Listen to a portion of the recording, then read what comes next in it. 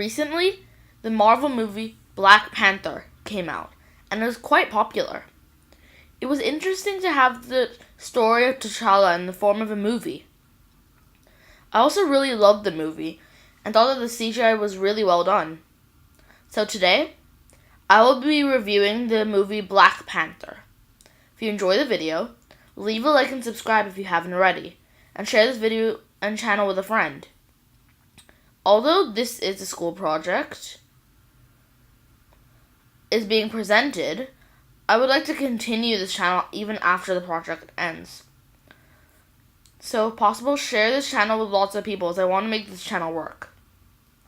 Leave a comment to start a discussion, or if you have a question, and I will try to answer it as best as I can. Special thanks to my friend Tarzi Fun Wong for leaving so many comments on my videos. It really helps out. Check out his channel under my featured channels, or at the end of this video. And also check out every other channel under featured channels. They often do help out, so I really want to feature them. Also, this video does contain spoilers for Black Panther. So see the movie first, then watch this review. But without further ado, let's begin and enjoy. Let's start off with the main story. And it was very interesting. This movie does have some funny parts, like in the beginning, where Okoye, is that how you say the name? I think so. Okoye tells T'Challa not to freeze. I like the whole arc of the movie, and how they added that extra mystery with the prologue, in which you see Eric as a boy, and Njobu being caught by T'Chaka. But the best thing about that is that they didn't show the entire story of it, and about how T'Chaka was forced to kill Njobu after he tried to shoot Zuri. Also, you don't know that Eric was the boy playing basketball. I remember watching the movie, and when you found out that the kid was actually Eric, it made my mind just connect the dots and find out about, and just connect the dots and see how the entire story unfolds. And I also liked, in the first half of the movie, it seemed that Ulysses Claw was the villain. But the movie got rid of that, and how Eric actually shoots him. It shows that even though that he seems like the villain, and he has been for quite a while, including the comics, he wasn't the villain in the movie. He was just there so Eric could take over. Although I do have a small issue with this movie. When watching it, at the first fight scene between Eric and T'Challa, I could pretty much tell that Eric was going to win. First, due to the progression of the fight, and second, that the movie was nowhere close to being done. And when Shuri said that T'Challa was going to win, that gave everything away. Also, T'Challa had the upper hand in the first half of the fight, so obviously Eric would make a comeback. Despite this, I really liked the final fight between Eric and T'Challa, and the fact that Nakia was actually an extremely skilled fighter, much like most people in Wakanda. Next up, we have the battles, and they were action-packed. From the battles at Warrior Falls, the confrontation of Claw in the streets of Busan, to the final battle between Eric in the golden jaguar suit and T'Challa in the Black Panther suit, these were all amazing. I already expressed my feelings on Eric and T'Challa's first duel, but I also want to discuss the duel between T'Challa and M'Baku, who was the leader of the Jabari tribe. And it was the battle for the throne, as each one of the tribes could send some to challenge T'Challa if they felt like they could do a better job as being king. I feel like this fight is kind of underappreciated, because it really shows what T'Challa can do when he's not in a suit.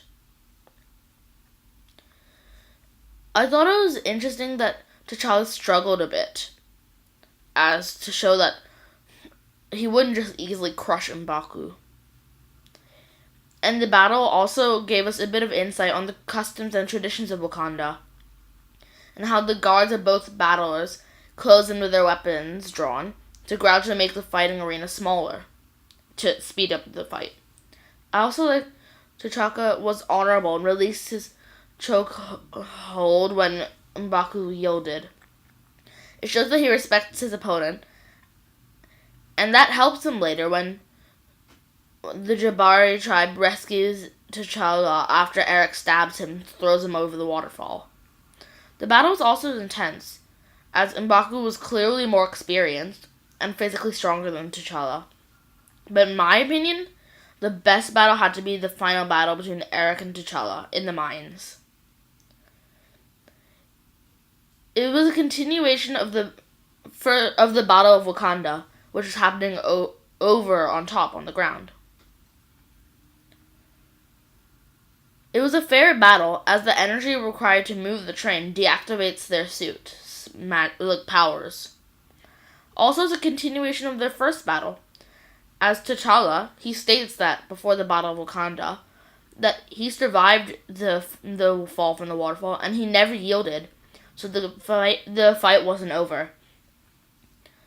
I loved how the battle was a clash of their ideals as well, to show that it showed that T'Challa was not weaker, as they both had the enhancement of the heart-shaped herb, and both of their suits had the exact same powers, as they're the two upgraded versions of the original Panther suit. The only reason T'Challa rejected the Golden Jaguar one was because he thought that it would cause too much attention, since it was very bright and golden. It was really intense, and it finally ended when Eric was stabbed by his own sword. It kind of reminded me when Eric stabbed T'Challa. Even after this gruesome battle, at the end there was a really nice scene, and it showed how compassionate T'Challa was. Eric asked for T'Challa to take him to the sunset, as Njobu told him that the sunset was the most beautiful in Wakanda. At the cliff's edge, T'Challa even offered to heal Eric at the technology to. However, Eric refused and bled to death, as he stuck to his ancestors' belief when they jumped ship and said that death is better than bondage. This showed that Eric was the type of character who stuck to his beliefs, even in the face of death, and that T'Challa was also a very compassionate person, despite all the things that Eric has done to him. Next up, we have the characters. And even though they weren't as interesting as the characters in The Last Jedi, they still were quite interesting. The most interesting character, and the one which I'll mostly cover, is Eric. Eric follows a trend that a lot of movies do these days. Well, follow these days. The concept of kind of like an anti-villain. A villain that we could relate to. A villain who wants to, in their eyes, benefit the rest of the world. This can be seen in the Pokemon games as well, as many of the team leaders from Generation 3 onwards just want to do what they think is best for the world, even though it's pretty much killing everyone. Anyway, because of Eric, T'Challa actually changes his stance in the traditional Wakandan belief that the rest of the world won't use vibranium for good, and hiding all this vibranium and technology from them is better for the world. Because of Eric's influence, T'Challa actually opens up Wakanda's borders in the form of relief and help centers. Eric has the qualities of a hero, and is only doing this because he wants to help the rest of the world. But he's not doing it in the right way. He's acting out of complete vengeance, and he's doing it radically and seizing the throne. He also wanted to kill T'Challa, which is one of the factors that changed him to the villain category. That he thinks that it's T'Challa's fault that his father died. If Eric wasn't acting out of all this vengeance and hatred, he would be as much as a hero as T'Challa. Eric is a very good example of a misunderstood villain. Finally, we have the CGI, and it was really good. It's kind of hard to explain how the CGI is really good, because it's kind of self-explanatory once you see it. But I'll do my best. The graphics in this movie were insane.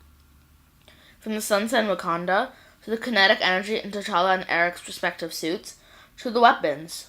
This movie had some great stuff. I really liked how the purple kinetic energy looked like it was infused into the Black Panther suit. And same goes for the golden Jaguar suit, with the gold kinetic energy. I also liked how fluid and clean the materialization of vehicles and the suits were.